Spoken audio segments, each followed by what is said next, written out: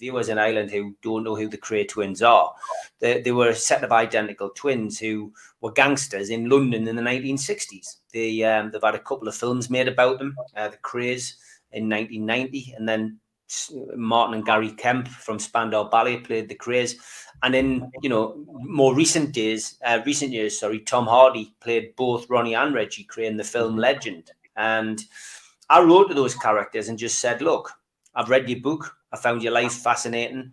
I just wanted to let you know that despite everything that's happened to you, there's a positive spin to your life in the sense that I read your book and I passed my English exam studying your story. Within a couple of days, I got a letter back from Reggie Kray, who was in Gartree prison at the time. And a couple of days later, I got a letter back from Ronnie Kray, who was in Broadmoor Hospital. And my life changed from them because when I left school, as you know, I was going to college and studying.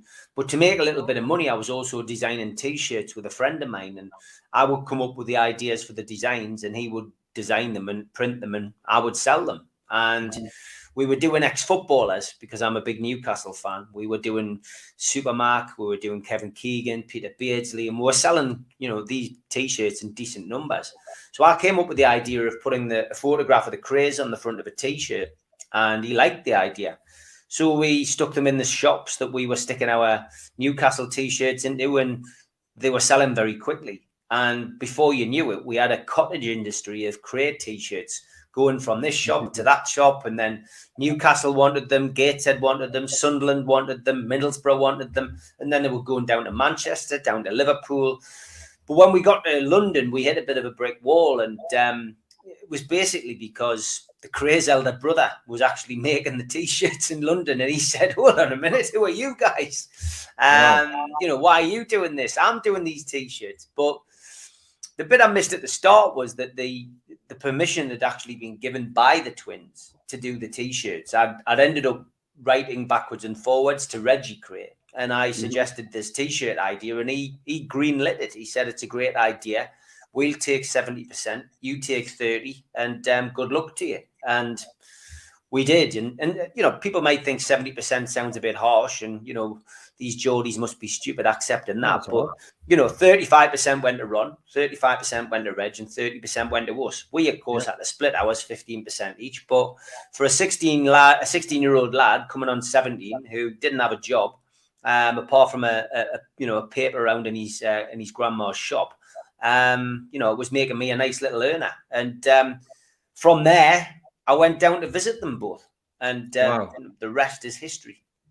Wow. So let's just to touch on that a little bit. So you're making this money and that's paying the rent. Like, that's making money. I would say at that time, there's the stigma around the Krays, and there's not too many people in Ireland that won't know who the Krays are.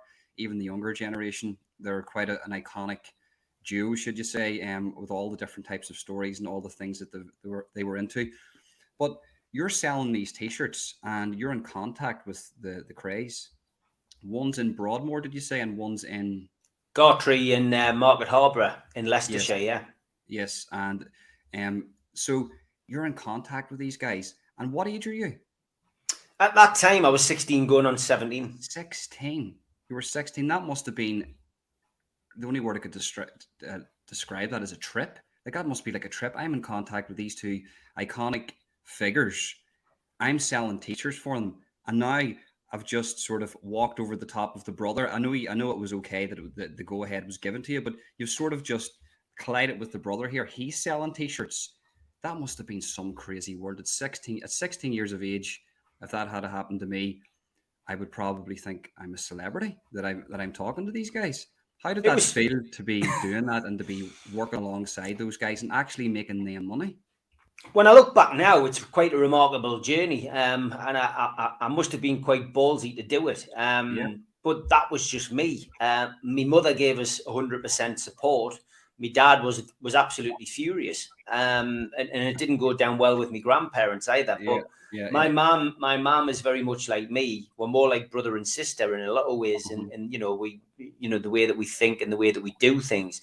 And I think her mindset was, it'll be a phase and he'll grow out of it. But little did she know that this relationship would grow into the sense that I would end up working for them outside of prison. And My dad eventually did come round because, you know, as the relationship grew and we started making tea towels, we started making bags, the film came out, so there was a huge explosion in interest in the Krays. The Krays then brought their first book out called Our Story with Fred Dinage. Nothing was untouched. I think the only thing that was sacred, we didn't put the Krays image on toilet roll because that would have been disrespectful, but we literally put it on everything else. Pens, rulers, pencil cases, you name it, it all went out there. Posters, T-shirts, replica photographs, stuff with signatures on it, all different things which were starting, things which you would take for the norm now were really just coming into the light. And my dad was starting out on his career in IT at the time, and IT was in its infancy back then. And my dad said, Reg by this point after the film was getting something in the region of 400 letters a day. And what my dad said was, get Reg to give us the addresses, and why don't you build a database? And I'm going, well, what's a database? And he's going, well, if you create a database, I can get me the names and addresses and telephone numbers. I can put them onto what's called a spreadsheet, and it'll make it a lot easier. If you've got a line to sell, then you will be able to highlight those addresses and or highlight those phone numbers, and you just keeps a list. It's a list, a way of keeping a list, but in a more organized fashion. And this is the way to do it. So my dad ended up becoming part of the firm, unbeknown to him. And it was just, it almost became a little cottage industry. And the visits to the twins were always very interesting. I mean, Ronnie didn't entertain people a great deal. He didn't get on with a lot of people. He kept his circle very small. So over the course of the 5 years that I visited Ron, I think I visited him somewhere in the region of 11 times, which is quite a lot for Broadmoor. Reggie, of course, I would be visiting him on and off over 10 years, usually once every 2 months. So it became it just became a norm to me, very normal to go and see these people and visit them behind bars. And they were both very different. Reggie was in a prison, so he was institutionalized. When you visited Reg, he'd be in his blue and white prison shirt. He'd have a pair of jeans on, a pair of Reeboks. He would come into a big visiting room, and he would sit down. He'd pull out loads of bits of paper out of his shirt pocket, which were notes that he'd prepared for the visit, and he'd start talking business. When you went to see Ronnie in Broadmoor, he was in a hospital, so there was no prison officers surrounding us like there was with Reg. There was nurses, but Ron would come in, and Ron was almost stuck in a time warp. He would walk in with a suit on, usually a pinstripe suit. Could be black, could be blue. He'd have a little hanky tucked into his top pocket. He'd have an immaculate white shirt on. It would still have his RK initials embossed on his breast.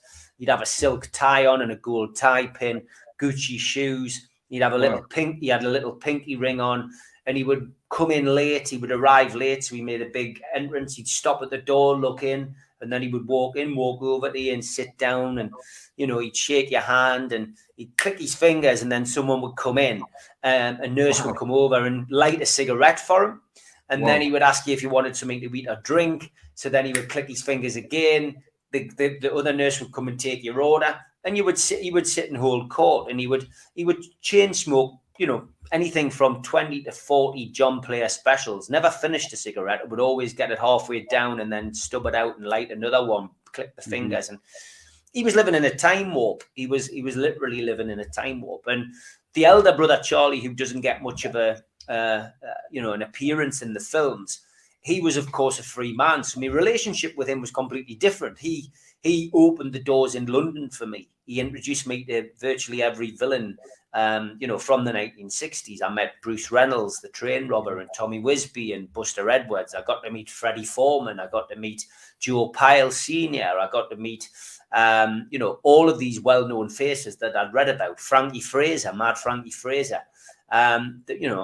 Ultimately, it was the who's who of gangland that I was introduced to over time by Charlie Krays. So doors in London were opened for me quite quickly because of my relationship with the Krays. So it was strange. And the way I always describe it, and have done since I was very young, is that it was almost as if I had the opportunity to read a book, finish it, and then climb inside it and walk through it and meet all the characters and come out of the Yeah. other side and go, wow, how many people get an opportunity to do that, Not too many people, Steve. And I'll say one thing: I'm listening to you there, and I'm listening, and I want to hear every single word, because to have that opportunity to be around those guys, not just the Krays, but all the other guys that you mentioned, that's priceless.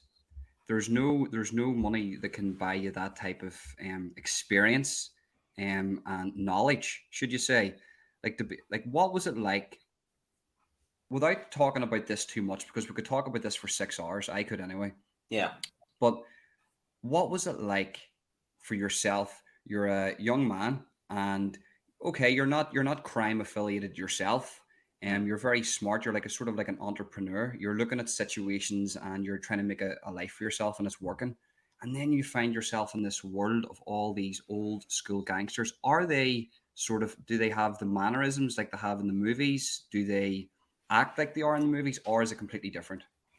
Yeah, I mean, I think if we concentrate on the Krays specifically, I think that, Reggie Kray, as portrayed by, let's say, Tom Hardy, was superb. I think he nailed the mannerisms.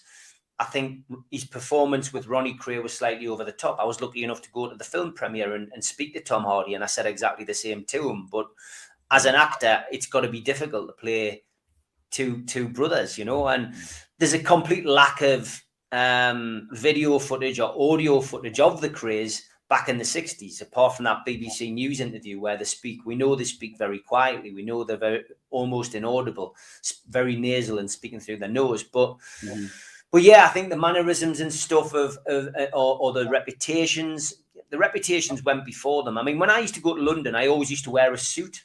Whether I went to visit Reg or Ron, I felt it was a respectful thing to do. When I went to London, I was always respectful. And I think the reason I got on with these people and I managed to, work with a lot of these people on different things was because I never lied about who I was. I didn't say, oh, I'm Steve Wraith, I run Newcastle, or I'm Steve Wraith, I'm a, gangster from up north, because as soon as you start telling tales or telling lies, you're always going to get caught out.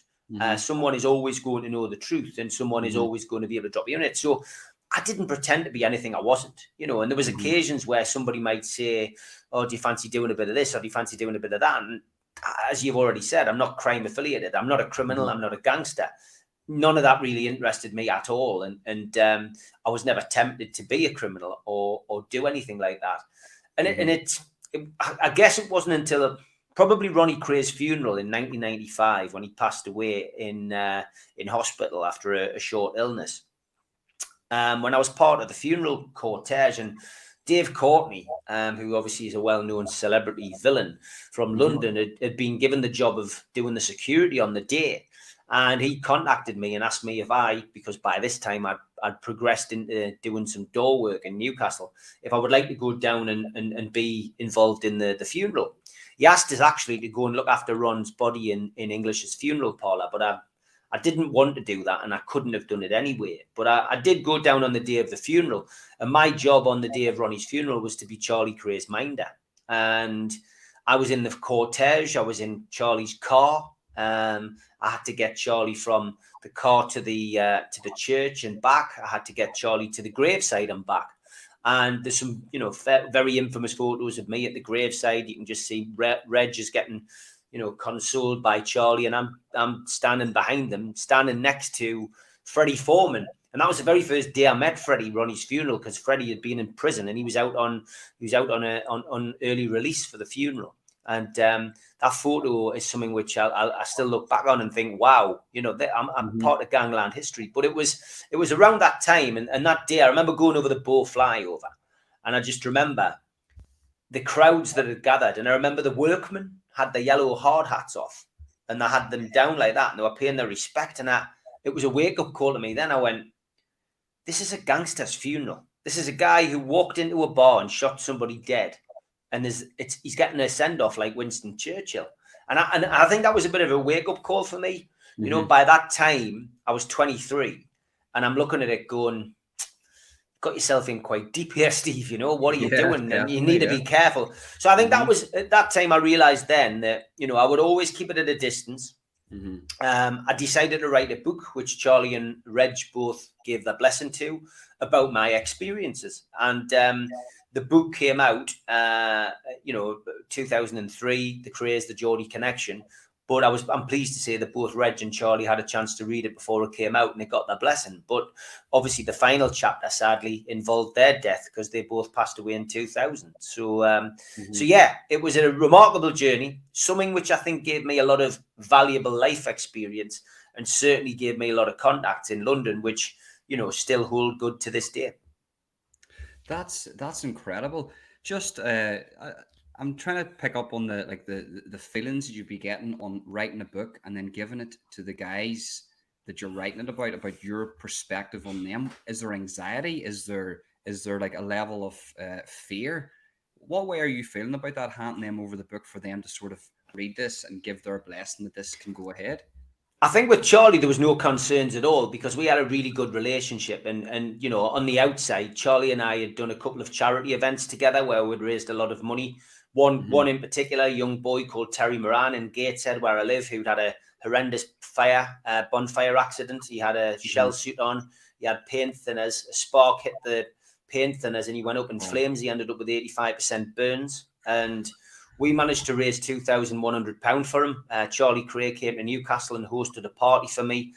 We sold out. It was the very first event I put on. 300 tickets at £10 a ticket. We had a few overheads, food, DJ, etc. But yeah, we managed to raise £2,100 for the kids, and these parents were very, very thankful. So there was no worries with Charlie because I knew that he would tell me straight if there was something he didn't want in it. With Reg, I was probably more concerned about him asking for his cut when the book came out, and knowing that his percentages were 70%, 30%, I was thinking I'm probably not going to make any money at all off this book. Yeah. But it was academic that sadly, Charlie was arrested, of course, in '97 for an £80 million cocaine deal, and something which I maintain to this day he never ever got involved in. He was framed, and Reggie Cray sadly was diagnosed with cancer and passed away a few months after his brother had died. So, the fact that they got the book, they read it in the manuscript, the first manuscript in 2000, early 2000, both of them read it in prison and both said, great book, good luck with it, was all I needed. And, I could rest easy that book came out with their blessing. And, it was a book I was immensely proud of. The money didn't bother me. I didn't know if I would make anything off it. The book, I think, eventually sold something in the region of 24,000 copies and still sells to this day. Wow. And it was the very first book about the Cray twins, who, no one had ever done a book about the Krays in prison or behind bars. And I think I opened a few people's eyes to the fact that the Krays probably made more money in prison than they ever did when they were free men. Wow. So is that your introduction then into being an author and writing a book? Is that your first book then? It was, yeah. And I worked with another author to put that out there. I mean, I actually sat for 5 years and hand wrote the book out. And I then typed it up and then went to somebody who produced the book and they said, look, I'll help you with it. And he was kind enough to do that. And yeah, that was the very first book that I brought out. But after that, I didn't have the inclination to go and write another one. And you hear about people calling things writer's block, and I certainly had that. I just didn't have any inclination to do one. And I thought if I'm ever going to write a book again, it's got to be about a subject matter that I want to write about or that I'm passionate about. And I guess the two things in my locality were football hooliganism.